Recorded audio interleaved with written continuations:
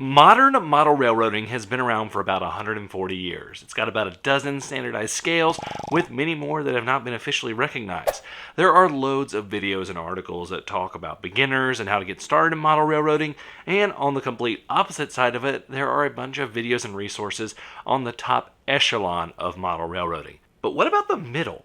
What about the part where you've found the rabbit holes and you want to dive into one or more? Because there are a lot of rabbit holes.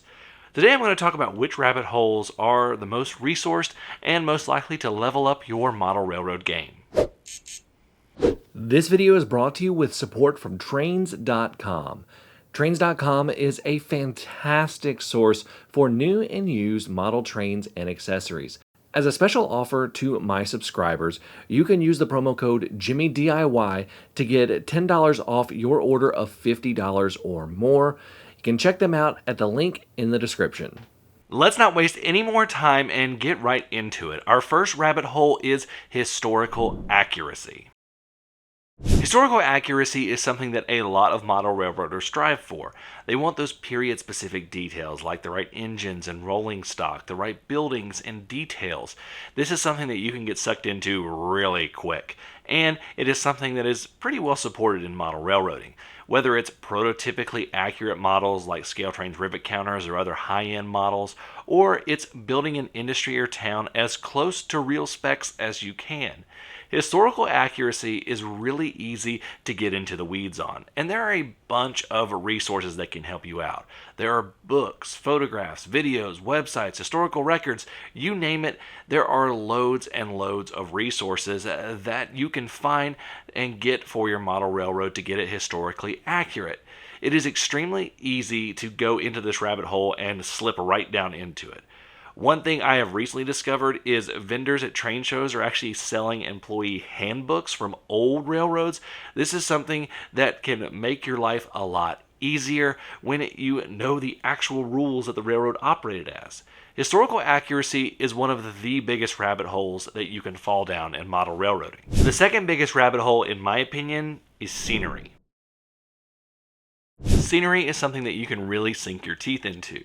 There are so many techniques and resources for figuring out how to make something look realistic and accurate for the area of the world that you are modeling. It's pretty much you name it, and if there's ever been a railroad running through it, somebody has done the scenery work. The scenery rabbit hole is also about detail. Sure, you could go out and buy some pre-made trees, or you could grab some wires, model putty, and paint, and some scenic turf, and make your own hero trees from scratch. Sure, you could buy your own clump foliage, or you could get a blender and a sponge with some paint that matches the area that you're doing and make it yourself. Model railroad scenery started as a DIY area of the hobby, and it still has its roots firmly there. Scenery also has a lot of crossover with other hobbies like model making and dioramas, and several others. And, of course, practice makes perfect. So the more scenery you do, the better you will get. Next up is operations.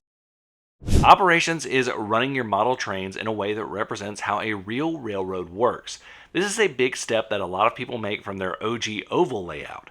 Operations turns model railroading into a big game. You're switching rolling stock, running big trains, or dispatching on a yard. There's a lot of things you can do.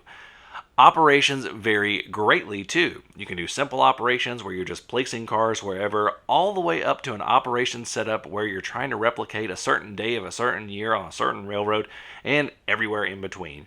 This rabbit hole is something that can even encompass things like rail fanning for research, track work, and rolling stock selection. If you want to run your model railroad like a real one, operations is the rabbit hole for you. Here's the big technical one, DCC. DCC stands for Digital Command and Control, and it is the dominant standard for digital control of a model railroad. DCC sends signals from a base station through the track to the locomotives, which have a decoder on board, and that interprets the signals and runs the locomotive accordingly. Those signals use configuration variables, or CVs, to know what to do with those signals that are sent. These are values that you can adjust between 0 and 255 to create a desired effect. When DCC originally started, there were 256 CVs. Now there are 1,024. These can control everything from min to maximum speeds, primary direction, lighting and sound effects, momentum, sound volume, consisting functions. The list is quite long. CVs alone could be a rabbit hole to themselves. Modern DCC locomotives are pretty dang customizable. Then there are the different DCC systems. They all use the same protocol, but each have their own features. There's even a DCC-EX, which is a DIY system that is open source. I'll put a link to how you do it at the end of this video. I use DCC-EX on this layout. DCC is an interesting rabbit hole because not everyone fully understands how DCC works. You could end up being the DCC expert at your model railroad club. DCC has a wealth of information that can lead to a lot of fun in customizing your locomotives. Speaking of electronics, DCC isn't the only electronics that you can use on a model railroad. Model railroading at its core is using electricity to drive model trains using electric motors. This means anything that can control electronics can potentially be brought into use in model railroading. Computers like your home computer or Raspberry Pis, microcontrollers like Arduinos, all of these can be used to add cool effects or command and control to your railroad. I personally use Arduinos to control signals on my railroad, and I have used a Raspberry Pi as a JMRI DCC base station for a railroad in the past. There are people who add in all sorts of controllers and electronics for lighting features and signaling and automation of a model railroad, and it's honestly one of the rabbit holes that I have fallen down. This one has been around model railroading almost as long as it has existed. Scratch building. So, you want this building or rolling stock or whatever, but nobody makes anything close to it as a kit? Well, what do? Scratch build. Scratch building is literally that, building items for your railroad from scratch. Most people will use styrene products or wood to scratch build stuff. But the best part is that any material, as long as it achieves the desired effect, works great. Remember that you are creating a model that gives the illusion of reality, and scratch building can take that and crank it to 11. Scratch building also ties in really well with historical accuracy. If you want a building to look exactly like it did in real life, you may have to build it yourself, or at least kit bash it. Scratch building also has taken another turn with the advent of 3D printing and what it's done for model railroading. You can design whatever you want and print it out with a little know-how. Seriously, it's amazing. Scratch building does require practice, but if you decide to pursue it, it can be a ton of fun.